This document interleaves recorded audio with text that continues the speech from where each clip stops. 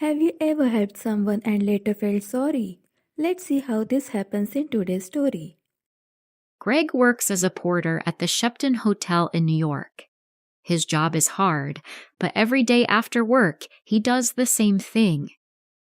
He crosses the street and buys a coffee from a small cafe near the hotel. One afternoon, Greg notices a girl sitting near the window. She has green eyes and dark hair. She looks serious. The next afternoon, she is there again. And the next afternoon, too. She comes here every afternoon, Greg thinks. She always sits alone at the same table near the window. She drinks one cup of coffee and looks outside. Sometimes she opens her bag and takes out a small notebook.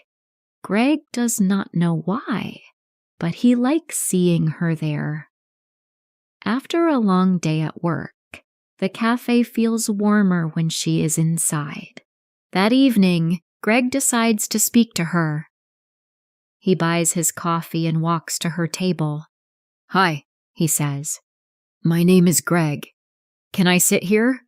The girl looks up. "Okay," she says. "I'm Cassie." "I come here every day after work," Greg says with a smile. "I work at the Shepton Hotel." Cassie nods, but she does not smile. "You have beautiful green eyes," Greg says. "Do I?" She answers quietly. Greg feels something is wrong. "You don't look very happy," he says. "Is everything okay?" Cassie looks down for a moment. "It's nothing," she says. "Tell me," Greg says. "Maybe I can help." Cassie takes a deep breath. "My stepfather is staying at your hotel," she says. "He has my sketchbooks." "I am an artist. Those sketchbooks are my life," Cassie says softly. "I draw every day. Without them, I feel empty." Her hands shake as she speaks. "When I ask for them, he says no. He wants me to go back home to Boston, but I don't want to go." Greg listens carefully. "How long is he staying at the hotel?" he asks. 2 more days, Cassie says. "He's in room 724. Greg thinks for a moment. "Maybe I can help you," he says. "Maybe I can get your sketchbooks." "Can you really?" Cassie asks, surprised. "Meet me here tomorrow afternoon at 4:30, Greg says. "Thank you," Cassie says. "Thank you very much." She looks at her watch. "I have to go now. See you tomorrow." That evening, Cassie returns to her hotel room and makes a phone call. "It's okay," she says quietly. "The boy is going to do it. Yes, tomorrow afternoon. Bring the money. $2,000. Cassie ends the call. A slow smile appears on her face. "Everything is going to be fine," she says to herself. The next morning, Greg arrives at work early. "I need to be careful," he thinks. He watches the door of room 724. After some time, a cleaner enters the room. A few minutes later, a man comes out. That must be Cassie's stepfather, Greg thinks. When the man leaves and the cleaner goes away, Greg quickly enters the room. "I must be fast," he thinks. He looks around. Under the bed, next to a chair, nothing. Then he sees them by the bed. "The sketchbooks," he whispers. He opens one and looks at the drawings. "Wow," he thinks. "She's very good." Suddenly, he hears a voice. "Hey, what are you doing?" It is the cleaner. Greg runs out of the room and does not stop. That afternoon, Greg leaves work through a side door. "I need to be careful," he thinks. Greg goes to the cafe. Cassie is sitting at the same table. "I have them," Greg says. He puts the sketchbooks on the table. That's wonderful, Cassie says. How can I thank you?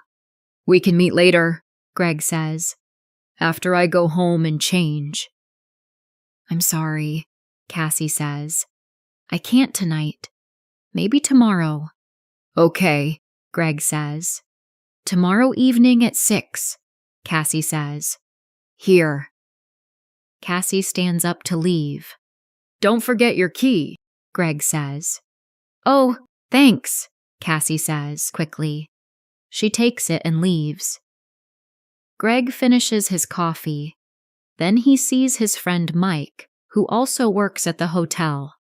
Greg, Mike says seriously, you're in trouble. What's wrong? Greg asks. Jake Russo's sketchbooks are missing, Mike says, and the cameras show you coming out of room 724. Who is Jake Russo? Greg asks. Mike looks at him. He's a famous artist. His drawings are worth thousands of dollars. Greg feels sick. A girl has the sketchbooks, Greg says. He tells Mike everything about Cassie. When Greg finishes, Mike shakes his head. That's not true, Mike says.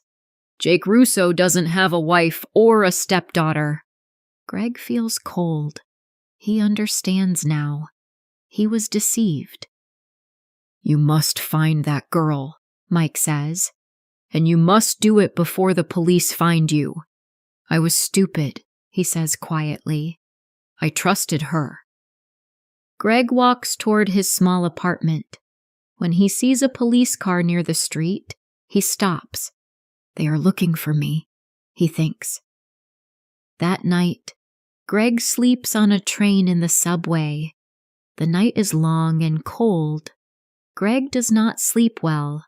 He keeps thinking about Cassie and the green eyes that fooled him. Early the next morning, a cleaner wakes him. You can't sleep here, the man says. As Greg stands up, a man nearby looks at his newspaper, then at Greg. It's him, the man thinks. The hotel porter.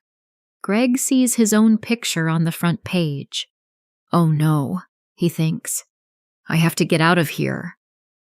Greg runs and goes to Mike's apartment. I need different clothes, Greg says. I can't go home. I know, Mike says. Come in. Do you know where the girl is? Mike asks. No, Greg says.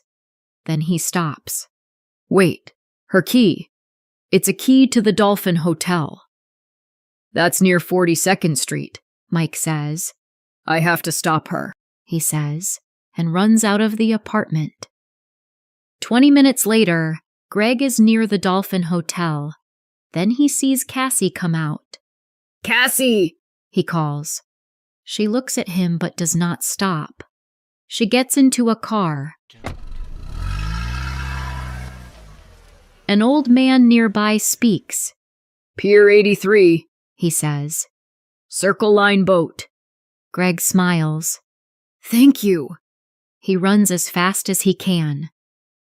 At the pier, people are getting on the boat. Greg gets a ticket and looks around. Suddenly, a woman looks at him and whispers to her friend. That's him. They call the police. Greg sees Cassie talking to a man. Then 2 policemen arrive. Where are Jake Russo's sketchbooks? One policeman asks Greg. I don't have them, Greg says.